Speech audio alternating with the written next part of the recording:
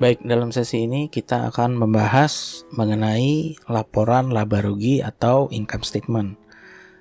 Income statement merupakan laporan keuangan utama di samping balance sheet dan cash flow. Saya Reinhard, instruktur dalam sesi ini. Income statement menunjukkan profitabilitas perusahaan dalam satu periode tertentu. Misalnya, income statement untuk periode 1 Januari sampai 31 Desember tahun 2000. Hal ini berbeda dengan balance sheet atau neraca.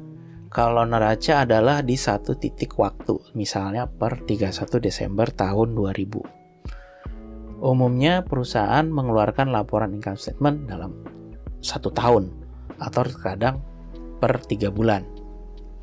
Untuk keperluan laporan kepada publik, umumnya dilakukan tiap tahun atau 3 bulan. Sedangkan untuk laporan internal, laporan dapat dikeluarkan setiap 1 bulan. Struktur income statement adalah seperti yang ditampilkan berikut ini. Diawali oleh revenue paling atas, kemudian diakhiri oleh net profit paling bawah. Yang paling bawah ini sering kita kenal dengan istilah bottom line. Orang sering bertanya, berapa bottom line-nya? Nah, itu berarti berapa net profit-nya.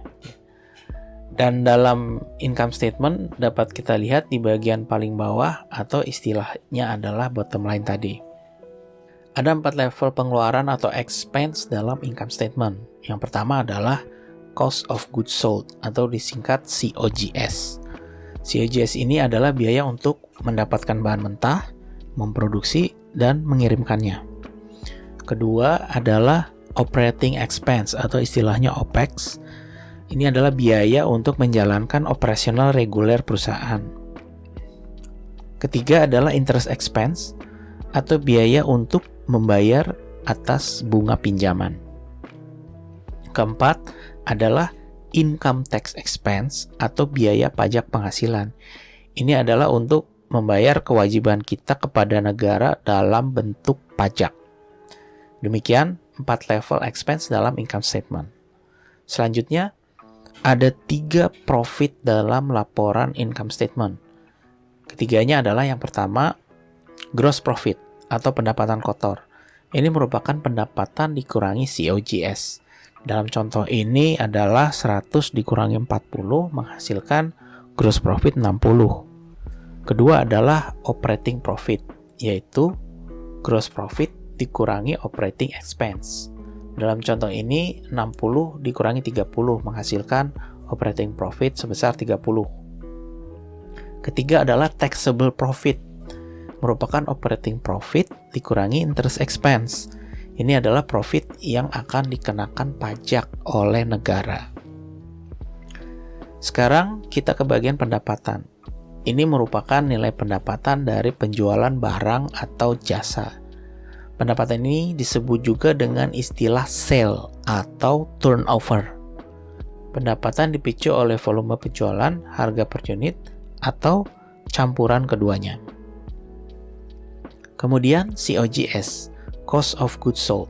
Ini adalah biaya untuk mendapatkan bahan mentah, memproduksi, dan mengirimkannya.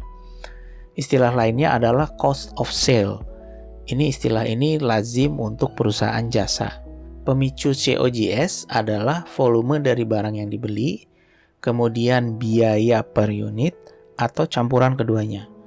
Biaya per unit terdiri dari 4 elemen, yaitu harga bahan mentah, gaji pegawai, overhead, dan biaya distribusi. Untuk perusahaan jasa, bahan mentahnya cenderung sedikit, tidak seperti perusahaan dagang, namun yang besar justru biaya gaji pegawainya. Kemudian gross profit. Ini adalah pendapatan untuk membiayai operating expense, bunga, pajak, dan sebagainya untuk menghasilkan laba bersih. Pemicu dari gross profit tentunya adalah item-item di atasnya, yaitu pendapatan dan COGS. Supaya gross profit tinggi, pendapatan harus tinggi. Gross profit menunjukkan apakah perusahaan itu berada di atas pesaingnya atau tidak. Kemudian, operating expense atau OPEX. Istilah lain dari OPEX adalah Selling General Administrative atau disingkat SGA. Sesuai istilah SGA, OPEX ini terbagi menjadi 3. Pertama adalah selling expense, yaitu pengeluaran untuk aktivitas menjual, meliputi 3, yaitu biaya iklan atau advertising, biaya promosi, dan biaya komisi. Yang kedua, general expense atau pengeluaran untuk biaya-biaya umum meliputi biaya gaji, biaya infrastruktur, dan biaya depresiasi aset. Yang ketiga adalah administrative expense, yaitu pengeluaran untuk administrasi. Semua biaya yang tidak masuk ke dalam kategori selling dan general masuk ke dalam kategori biaya administrasi. Kemudian kita bahas tentang operating profit. Operating profit adalah indikator suatu perusahaan efisien atau tidak. Istilah lain dari operating profit adalah earning before interest and tax atau EBIT. Nilainya ditentukan oleh 2 hal, gross profit dan operating expenditure. Selain EBIT, terdapat varian dari EBIT, yaitu EBITDA. DA yang terakhir itu adalah terdiri dari 2 huruf D dan A, merupakan singkatan dari depreciation dan amortization. Depresiasi adalah menurunnya nilai aset tetap gedung, misalnya setiap tahun akan berkurang nilainya akibat kerusakan atau umur. Kemudian amortisasi juga merupakan penyusutan untuk aset yang tidak berwujud.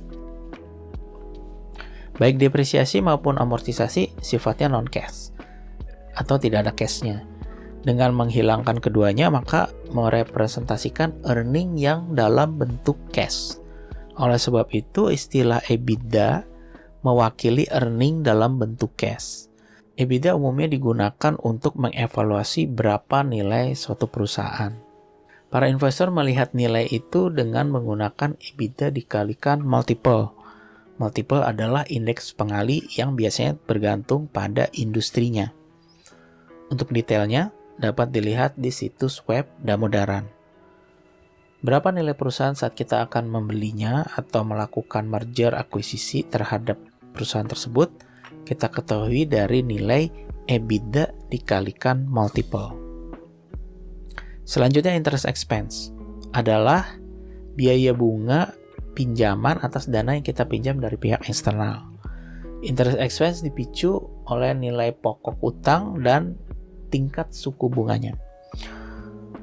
Untuk menurunkan interest expense ini, kita bisa menurunkan pokok utangnya atau menurunkan persentase suku bunganya.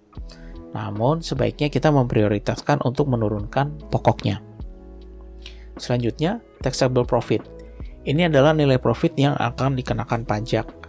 Nilai ini dikalikan tax rate akan menjadi biaya pajak. Nama lain dari taxable profit adalah profit before tax. Kemudian income tax expense adalah pengeluaran untuk melakukan pembayaran pajak pada negara.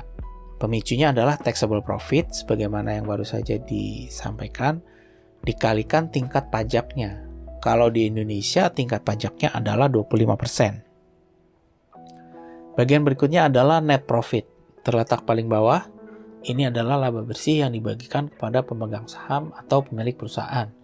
Istilah lainnya adalah net income atau bottom line. Baik, itulah bahasan mengenai income statement yang menunjukkan profitabilitas perusahaan dalam periode tertentu, biasanya dalam 1 tahun, dan item-item di dalam income statement dapat kita analisa menurut komponen-komponen pembentuknya.